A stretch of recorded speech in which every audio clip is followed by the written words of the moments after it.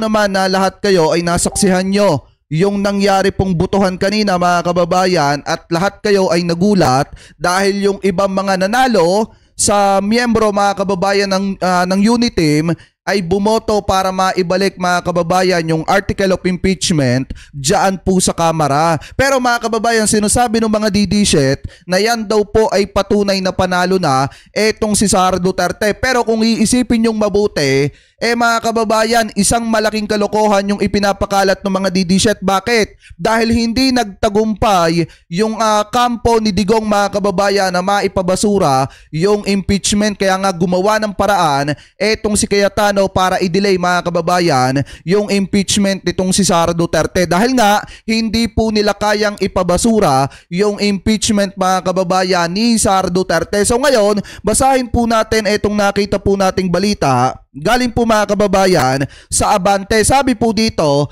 just naghain ng motion si Senador Judge Alan Peter Cayetano para ibalik sa House of Representatives ang article of impeachment laban kay Vice President Sara Duterte. At dahil po dyan mga kababayan, noong nagbotohan ay nakakuha ng botong 18-5. Nagdesisyon ng Senate Impeachment Court na ibalik sa House of Representatives ang impeachment case versus VP Sara Duterte.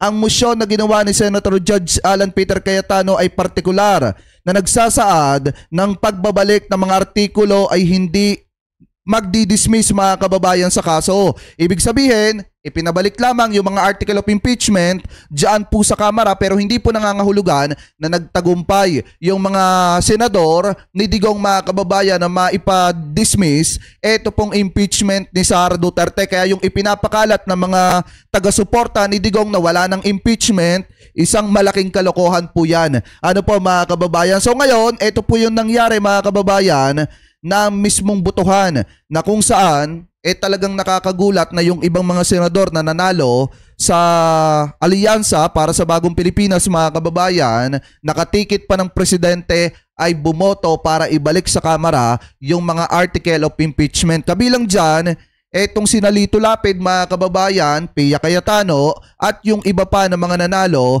sa unit team sa alyansa para sa Bagong Pilipinas ni PBBM. Ano po? So ngayon i-play po natin mga kababayan etong balita galing po sa teleradyo. Sabi po dito, article of impeachment versus BP Duterte voted to return House mga kababayan. Ibig sabihin, yung mga bumoto para ibalik sa Kamara yung mga article of impeachment. Pero tuloy pa rin mga kababayan yung impeachment trial dahil hindi naman porket ibinalik sa Kamara yung mga article of impeachment mga kababayan nangangahulugan na na-dismiss na yung impeachment ni Sara Duterte at wala nang mangyayari na impeachment trial. Ano po? So ngayon ito i-play po natin.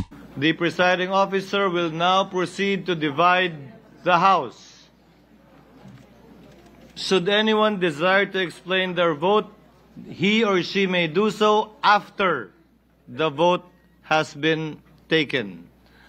All those in favor of the motion of Senator Cayetano, as read and as you can see in the screens before you, please raise your hands.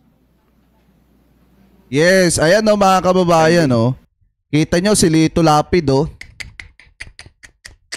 Grabe mga kababayan. Alam nyo, nakakapanghinayang lang kasi.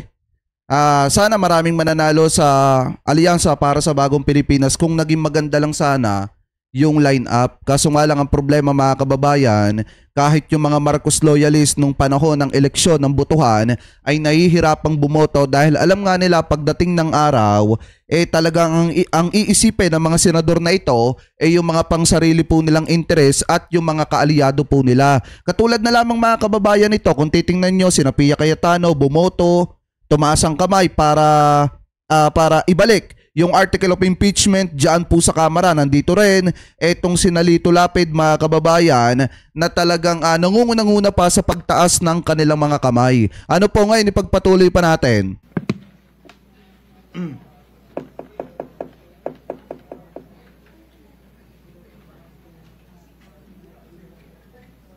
Ayan, tingnan nyo. Sina Mig Subire, Loren Legarda, nandito rin mga kababayan itong sina Joel Villanueva, si JB Ejercito, At eto mga kababayan si Jinggoy Estrada. Yan yung iba na mga bumoto para ibalik mga kababayan yung mga article of impeachment diyan po sa Kamara. Yes. Ayan no. Anyway, shoutout po sa lahat ha.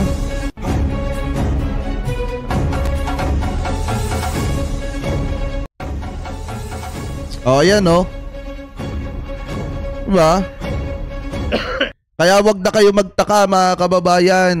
Yung senador na para sa mamamayang Pilipino, walang iba kung hindi itong Senator Risa Hontiveros, Senator Coco Pimentel mga kababayan, Senator Win Gatchalian, at ito pong si Senator, ano pa ba?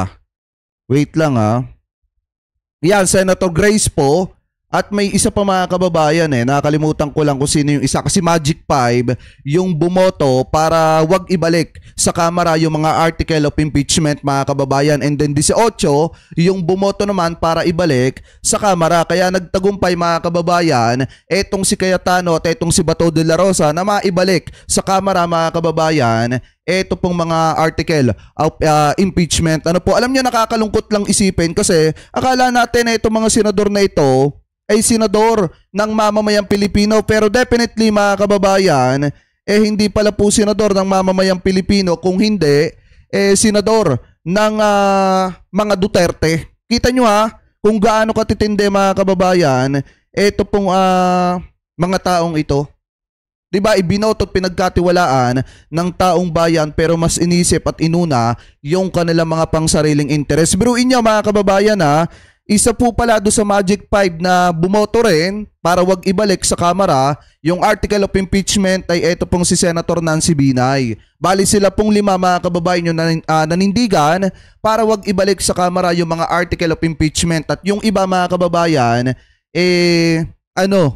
bumoto para ibalik naman yung mga article of impeachment dyan po sa Kamara. I think etong si Senator Rapi Tulfo hindi po siya nagtaas ng kamay. Sa madalit salita, wala ata siyang pinanigan mga kababayan at hindi po ata siya sumuporta. Pakitama na lamang po ko kung ako po ay mali. Ngayon, punta naman po tayo mga kababayan dito po sa nakita pa nating balita galing po sa Bilyonaryo News Channel. Dito nyo makikita na etong si Senator Robin Padilla ay hindi po talaga professional na tao mga kababayan, at ito po talaga ang ginagawa nito lagi dyan sa Senado puro pagkakalat na lamang. Biruin nyo, nagkalat na naman etong si Senator Robin Padilla dyan po sa Senado dahil hindi po niya matanggap na hinaharang mga kababayan di umano ni Senator Villanueva or Joel Villanueva mga kababayan yung kanilang motion para i-dismiss yung impeachment nito pong si Sara Duterte dyan po sa Senado. So ito, i-play po natin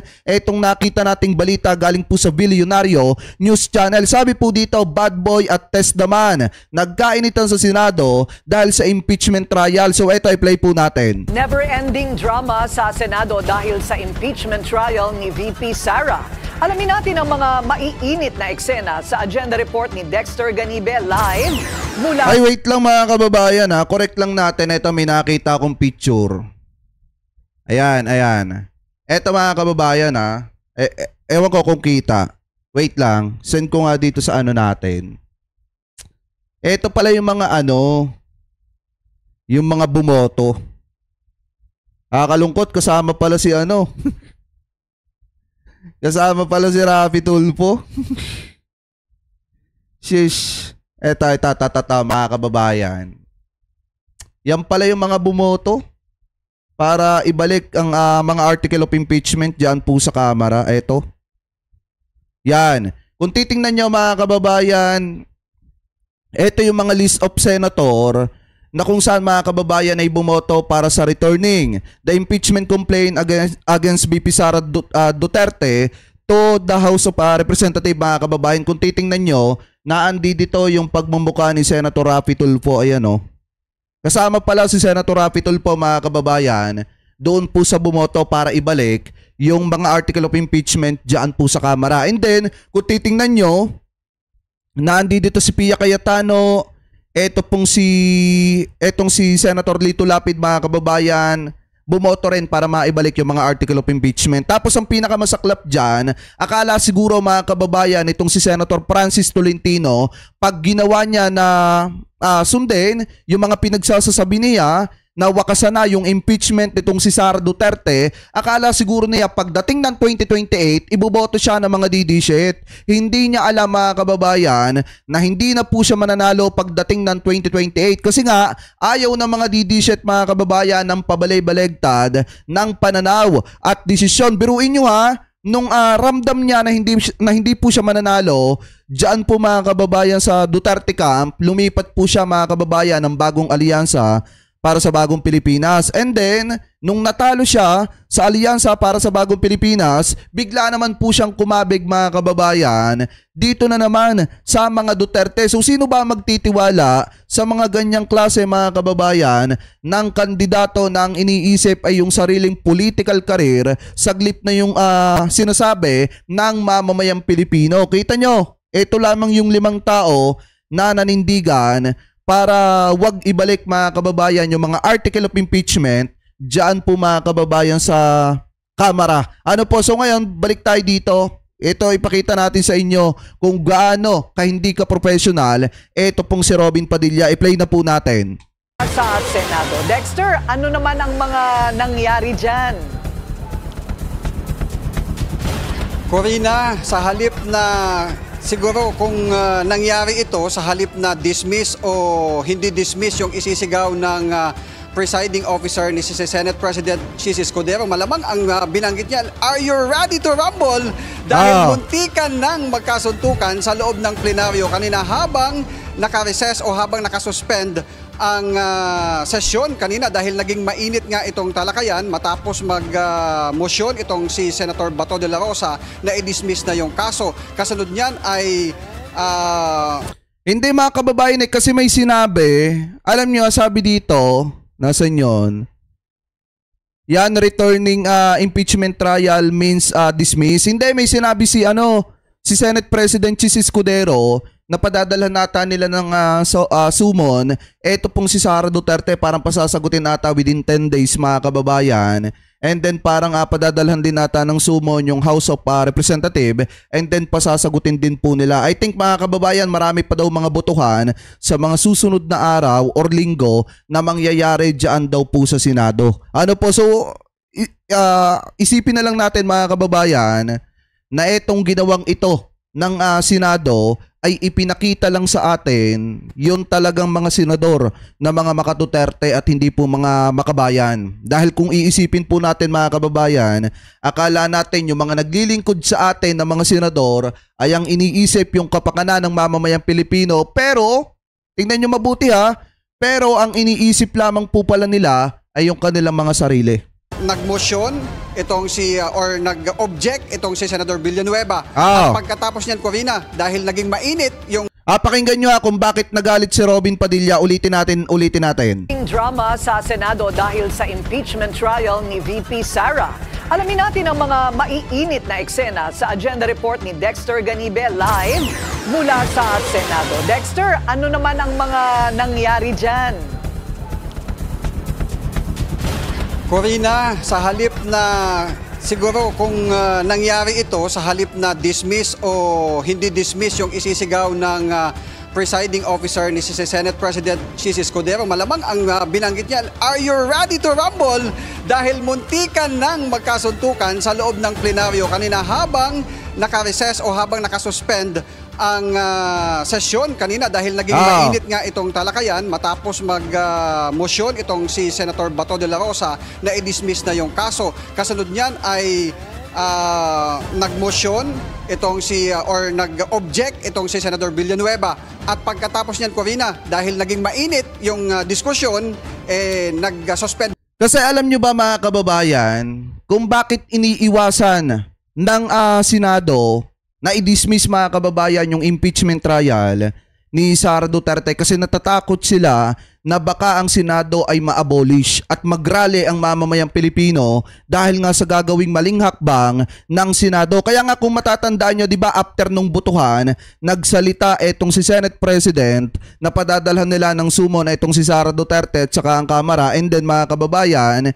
may mga pagbobotohan pa sila sa mga darating na linggo. Dahil nga kung i-dismiss nila mga kababayan ito, magagalit ang taong bayan dahil marami sa mga kababayan Pilipino po natin ang nananawagan na dapat matuloy itong impeachment na ito para makita ng sambayan ng Pilipino yung mga inaakusa dito po kay Sara Duterte, para makita ng taong bayan yung katotohanan sa mga matitinding aligasyon na kinakaharap ni Vice President Sara Duterte. Pero dahil nga sa ginagawa ng Senado, mas lalo lamang po nilang ginagalit ang taong bayan. Mas lalo lang nilang ipinaparealize sa mamamayang Pilipino na dapat i-abolish na ang Senado at dapat wag na tayong magkaroon ng Senate, dahil ang Senado naman mga kababayan ngayon hindi na masasabing Senado ng taong bayan kung hindi Senado ng mga Duterte. Ano po ngayon, ipagpatuloy pa natin muna ng sesyon sa loob ng Senado. Kanina nakita natin na muntik nang sugurin ni Senator Robin Padilla itong si Senator Joel Villanueva. Yan ang isang patunay na may pagkaisip bata itong si Senator Robin Padilla.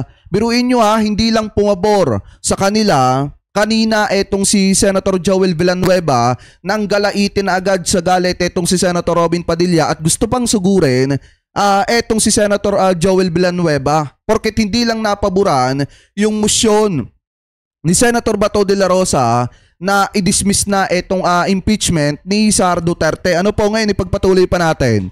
Nung una pa lang ay makikita mo nang nanggagalaiti sa galit itong si Villanueva, itong si Padilla rather, matapos ngang mag-motion na mag-object itong si Villanueva doon sa motion ni Bato de la Rosa kanina. Kaya ang ginawa kanina, Corina, ng ating mga senador ay pinaglayo muna sila, binigyan ng tubig itong si Joel Villanueva sa isang sulok, pinalayo siya doon sa kumpulan ng mga senador at pinainom siya ng tubig, habang itong si Senator Robin Padilla naman ay dinala doon sa likod ng session hall para naman makapagpalamig ng konti dahil naging mainit na nga. Alam natin si Senator Robin Padilla ay suporta dito sa motion ni Senator Bato de la Rosa na i-dismiss yung kaso dahil kahapon meron na siyang inihain na resolusyon na naglalayong i-terminate itong impeachment laban kay Vice President Sara Duterte. At habang naka-suspend ko rin na bago tayo. Sabi dito, nakakawalang tiwala na ang senador maliban kay Hontiveros at Pimentel. Alam niyo mga kababayan, isa rin sa nanindigan po dito kanina na kailangan magkaroon ng trial, kailangan makita yung mga ebidensya, ay walang iba kung hindi etong si Senator Sherwin Gatchalian. Mga kababayan, siya po ang isa sa nanindigan na dapat masilip ng mamamayang Pilipino yung mga ebidensya. Kaso nga lang ang problema, mukha at ang pinoprotektahan ng ibang mga senador, etong pamilyang Duterte. Ayaw nilang sumalang sa impeachment mga kababayan at gusto po nila na wag nang managot etong si Sara Duterte. Kaya siguro nila mga kababayan, gustong madismiss na sa lalo't madaling panahon ito pong impeachment ni Sara. Tayo mag-live ngayon habang papunta ako dito sa my live point ay nakita naman natin. In fairness naman kay Senator Robin Padilla, lumabas siya doon sa holding room, nilapitan si Senator Joel Villanueva at silang dalawa ay nagakapan. Ibig sabihin, naibsan na yung tension, yung init na nabuo kanina habang ang ibang mga senador ay nagsasagutan at nagdedebate kung tama ba yung naging venue ng pag-dismiss o paghain ng motion para i-dismiss itong impeachment court laban kay VP Sara. Corina? So Dexter, sa pagitan ng dalawang senador at saka dito sa kanilang pagbabalikan ng mga salita, merong proseso yan at merong sistema, no? Pwera na lamang kung nagkapersonalan. Nagkapersonalan ba ng mga lumabas sa bibig ng magkabila kaya sila nagkainitan? Wala naman, Corina, pero mapapansin natin kanina pa lang nung tumayo na itong si Senator Joel Villanueva dahil si Senator Robin ay nasa kanyang harapan lang. Makita natin yung kanyang reaksyon na medyo hindi na maganda yung timpla ng mukha dahil nga pag may nag-object nga naman doon sa isang motion, hindi na ito tatalakayin o i-rule na in favor doon sa mag-o-object or depende man kung pagbubutuhan, kung pupunta doon sa pagbubutuhan. Pero hindi maganda ang dating, sa akin hindi maganda ang dating para kay Senator Robin Padilla doon sa objection na ginawa ni Senator Joel Villanueva na ino-object o na kumukontra doon sa motion ni Senator Bato de la Rosa na i-dismiss na yung impeachment case. Corina? Ayun. So kung Kasi nga naman masyadong obvious naman kasi yung gustong mangyari na Senator Robin Padilla. Masyadong obvious yung gustong mangyari ni Bato de la Rosa na parang kung titingnan nyo mga kababayan, kabadong-kabado sila na masilip yung mga ebidensya patungkol sa mga matitinding aligasyon kay Vice President Sara Duterte. Eh di ba kung ikaw ay senador na may paninindigan, senador na walang bahid ng korupsyon, bakit ka matatakot na masilip yung mga ebidensya laban dun sa inaakusahan mga kababayan na kaalyado mo? Kung ikaw ay hindi kasabwat nung inaakusahan na yon at kung yung inaakusahan na yon ay walang bala laban sa'yo. Talaga mga kababayan, isipin nyo mabuti hindi ba kayo nagtataka bakit takot na takot etong si Robin Padilla at etong si Bato de la Rosa na sumalang sa impeachment trial etong si Sara? Isa lang ibig sabihin yan mga kababayan, may alam si Sara ng mga bagay patungkol kay Bato de la Rosa at kay Robin Padilla na ikababagsak nung dalawa. Kaya nang gagalaite mga kababayan yung dalawa na maprotektahan etong si Sara Duterte at wag sumalang sa impeachment trial. Kaya habang maaga pa lang, sinusubukan na po nila mga kababayan na patayin yung impeachment trial ni Sara Duterte. Kaso nga lang ang problema, nag-aalangan din po ang Senado sa ganyang usapin. Kasi nga, once na ginawa po nila yan at hindi nila nabigyan ng hustisya yung panawagan ng sambayan ng Pilipino, dali sila sa mamamayang Pilipino, bibitayin sila ng taong bayan pagdating ng 2028. Alalahanin po nila, kakailanganin nila ng boto ng mamamayang Pilipino sa darating na 2028 national election. Ano po ngayon, ipagpatuloy pa natin. Kumbaga, nagdadahilan lamang si Senator Joel Villanueva na kanyang karapatan naman at saka nag-init at sumalungat siguro yung pag-iisip o opinyon ni Senador Robin Padilla. Oo, dahil alam naman natin, Corina, si Senator Robin kahapon ay naghain nga ng kanyang resolusyon na ipadismiss na rin ito. At dahil may kasamahan siya na sumusuporta doon sa kanyang inihaing resolusyon at mismo sa plenaryo na ay nagbanggit na nagmosyon na ito ay i-dismiss na. At saka mantakin mo, may isang senador na tatayo at kukontra at mag-o-object doon sa motion. Siguro dahil naging mainit na yung naging debate kanina, yun ang initial spur. Hindi pa natin nakakausap si Senator Robin Padilla, pero itatry natin, Corina, na makuha yung kanyang panig mamaya-maya kung bakit ito yung kanyang naging reaksyon. Pero actually, Corina, kung maikwento ko lamang, kagabi, nung kasagsagan ng pagdedebate, kaugnay dun sa impeachment, mapapansin mo si Senator Robin, dun sa isang gilid, ay naglilis-lis na nung kanyang manggas ng kanyang barong. Nabanggit na, naririnig ko na binabanggit. Meaning mga kababayan, baka gustong manuntok na. Suntukan na lamang. Kita nyo mga kababayan, dinala ni Robin Padilla yung kanyang pagiging sanggano dyan po sa Senado. Saglit na magtrabaho para tugunan yung pangangailangan ng taong bayan, para matulungan ng gobyerno ni PBBM sa natulungan ng taong bayan mga kababayan. Anong ginagawa ni Robin Padilla? Para lamang maprotektahan na itong si Sara Duterte, kahit yung pagiging senador po niya ay handa po niyang itaya. Ano po, kahit magkalat-kalat siya dyan sa Senado, magmukha siyang ewan dyan, boplax at iba pa mga kababayan, basta ang mahalaga, maprotektahan lang ang mga Duterte. Biruin mo senador ka, tapos nasa loob ka ng Senado, maghahamon ka ng suntukan, di ba galawang sanggano yan at galawan ng isang taong walang pinag-aralan yan, hindi professional. Yun ay binabanggit habang nag-uusap-usap yung mga senador sa loob mismo ng plenaryo. Hindi ko alam kung ito ay pabiro, pero yung kanyang mukha ay seryoso kagabi habang binabanggit niya yun. At so far, wala pang nilalabas na pahayag kaugnay dyan si Senator Robin Padilla. Oo, sana makausap natin si Senador Padilla para makuha din naman yung kanyang panig kung ano ba yung nagpainit ng kanyang ulo. Pero nakita ko itong ibang mga senador na nakaupo parang nanonood ng sine. Kulang na lang ay popcorn. Ayan, sa mga eksena dyan sa loob ng Senado. So, exciting ito. May pagkabuli din pala itong si Senator Robin Padilla mga kababayan. Isipin nyo mabuti kung ikaw ay matinong Senado, dapat professional ka. Dapat pagka yung kasamahan mong Senado ay hindi pumapabor sa gusto mo, dapat hinahayaan mo. Katulad na lamang mga kababayan kanina, nung hindi pumabor sa gustong mangyari ni na Senator Win Gatchalian, yung kanya mga kasamahan, ano yung sinabi mga kababayan ni Senator Win Gatchalian? Nire-respeto niya yung naging desisyon ng kanyang mga kasamahan mga kababayan. Samantalang itong si Robin Padilla, kapag ka may nag-object dun sa kanilang resolusyon para i-dismiss, ang kaso, ang impeachment itong si Sara Duterte, anong ginagawa ni Robin Padilla? Naghahamaw ng suntukan at nandadarag mga kababayan ng kanyang mga kasamahang senador.